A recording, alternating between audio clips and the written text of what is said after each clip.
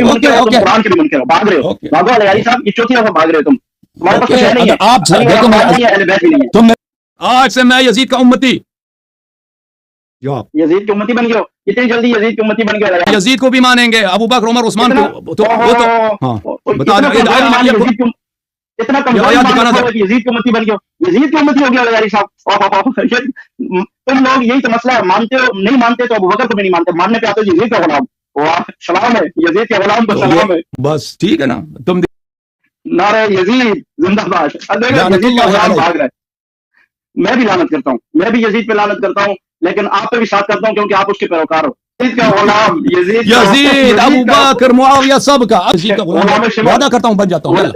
गुलाम shimmer बात सुनो, गुलाम shimmer बात सुनो, बात मेरी ये सुनो। देखो आपके साथ बात ये है, यजीद का गुलाम भाग रहा है, आपके पास कुरान नहीं है, बस खत्म बात, जवाब नहीं तेरे करेगा। पास कुरान नहीं है। मोहतरम नाजरीन, आपने ये सारी गुफ्तगू